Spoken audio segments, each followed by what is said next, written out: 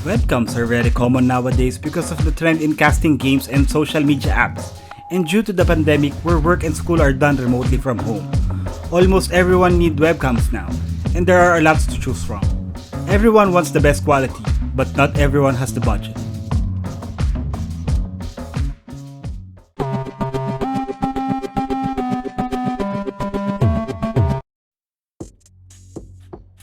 Hello there, tech buddies!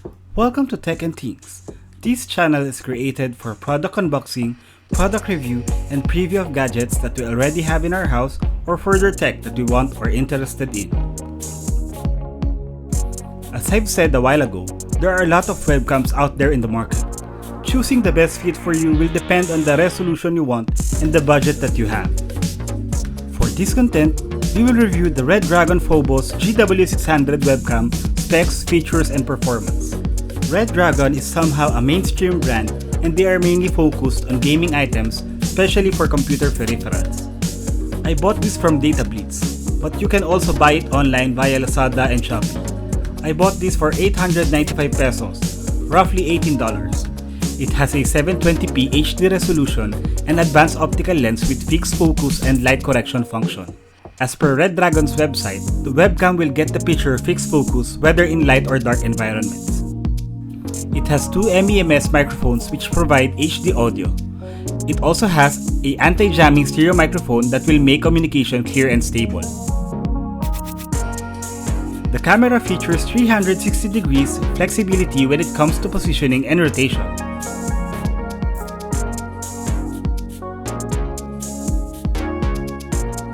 With a rotatable clip-on, you can set the USB webcam firmly on any devices like laptops and monitors. It can also be placed on a flat surface for video recording. Equipped with a 2.0 USB jack for wider compatibility, it can be used smoothly on most operating systems and is compatible with a wide range of video software like OBS, Discord, Twitch, and other meeting apps.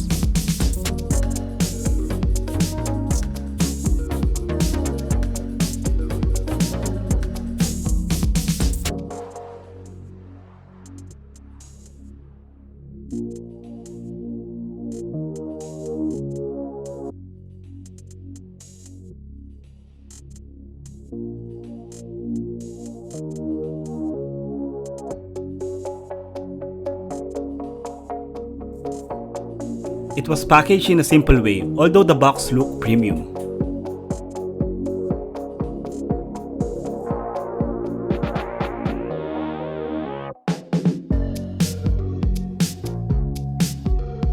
It comes with a cleaning cloth for the lens.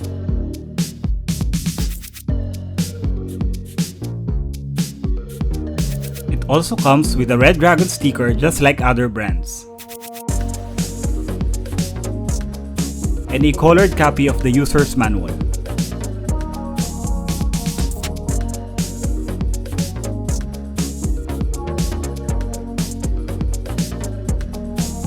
One interesting detail that I noticed from the manual is that you can also use this with your Xbox, since Xbox One rolled out support to most webcams, compared to Sony's PlayStation which relied on Kinect sensor.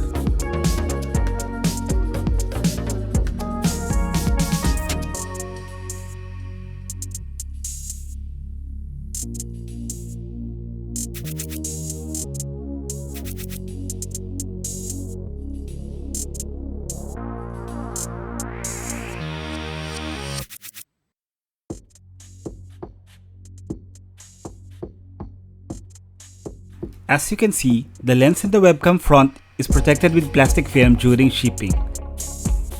You will also immediately notice the two microphones on the front.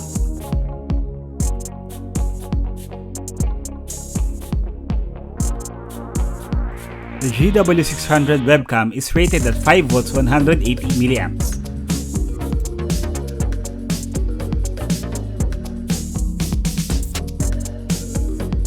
As for the base, its design is same with most webcams, with this small movable flap that can adjust depending on how you will mount the camera.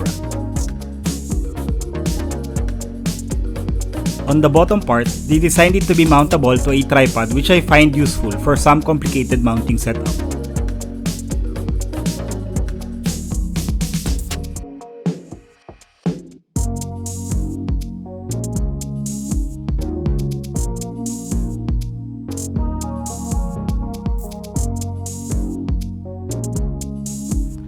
camera head can be tilted as well other than the 360 rotation.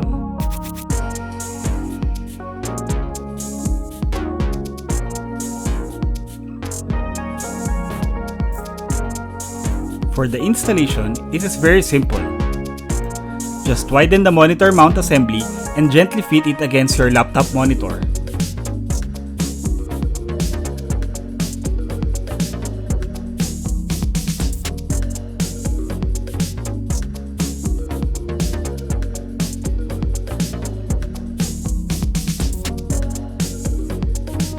Once done, connect the USB cable to your computer or laptop.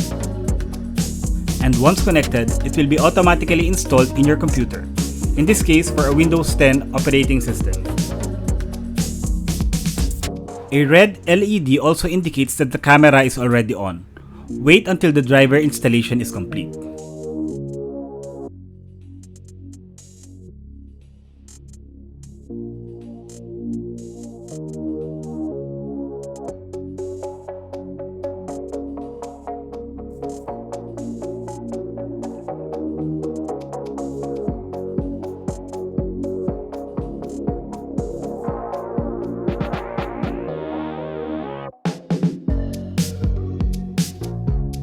You can see it here that it's recognized as REDRAGON Live Camera.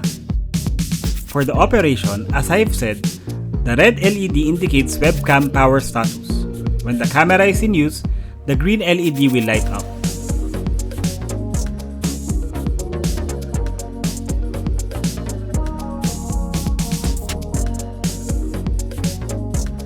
For the camera test, I tried mounting it on a tripod while changing the light conditions.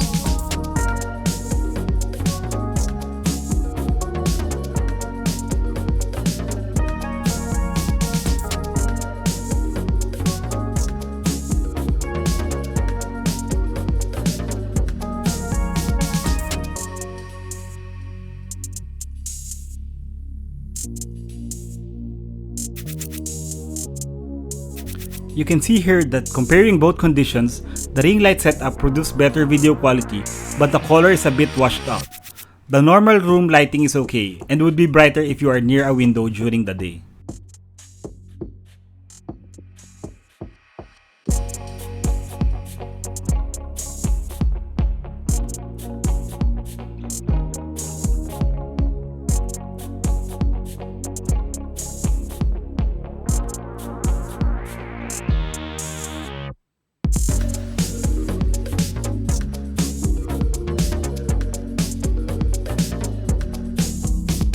I started with normal room light and then turned the ring light on. Same situation with the tripod mount, the video color is washed up at max setting. Putting the ring light in the middle setting makes it better. The room lighting is enough in my opinion, especially if you are using it during the day. This will really depend on your setup.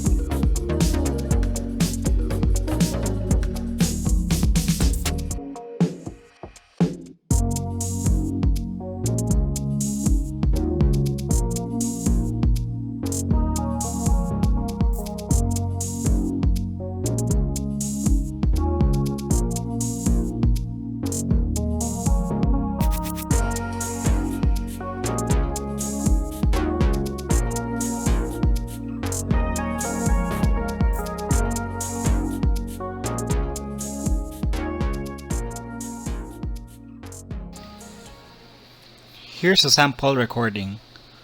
Test mic 1 2, check. Test mic 1 2.